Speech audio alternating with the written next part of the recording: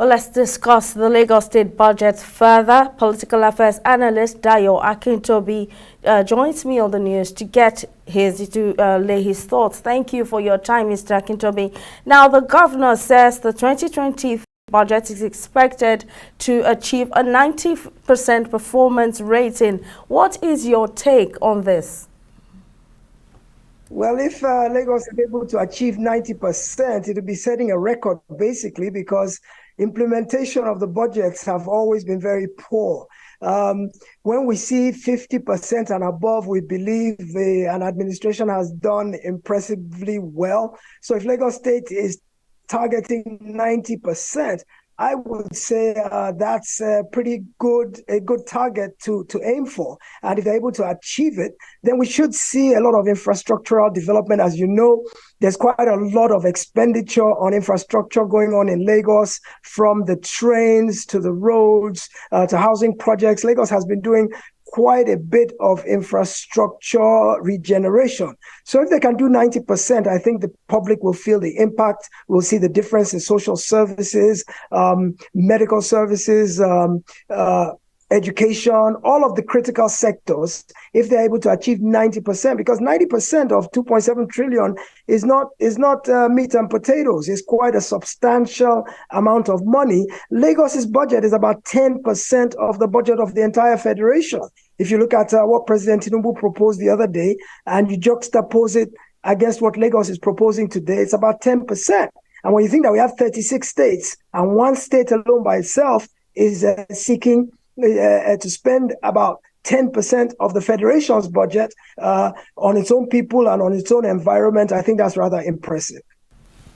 All right, now a total budget of 2.2 trillion naira, total revenue of 1.8 trillion naira, and deficit financing of 398 trillion naira vis-a-vis capital expenditure of 1.22 trillion naira, which is 55%, and recurrent expenditure of 1.02 trillion naira, which is 45%. How do you see this proposal? Well, what is impressive to me is the fact that recurrent expenditure is less than half of the total amount planned to be spent. Part of Nigeria's problem today is the fact that salaries and non-revenue yielding expenditure takes a big chunk of the budget. Salaries, debt service, pensions takes so much of what is available to the states and to the federal government that there's so little left for other critical sectors. So if Lagos is saying we're going to spend only 45% of the entire 2 trillion budget, only 45% of it is going to recurrent expenditure, that leaves 55% for capital expenditure.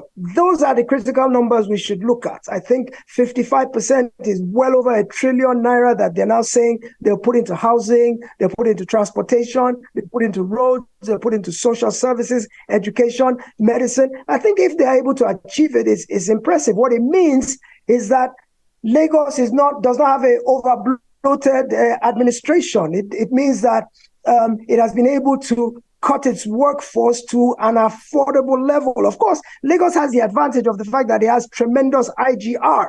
The internally generated revenue of Lagos State dwarfs the entire budget of several other states put together. So Lagos has that advantage. But I think this is a prudent way to spend money. I don't think it's profligate. I don't think it's overly lavish in terms of what they intend to do. If we saw more of recurrent expenditure, we'd know that they've bitten off more than they can chew. But with capital expenditure, with prudent spending and with adequate oversight to make sure that the capital expenditure is going to do the things it is budgeted to do, we can already see the effect. I mean, the trains are running already.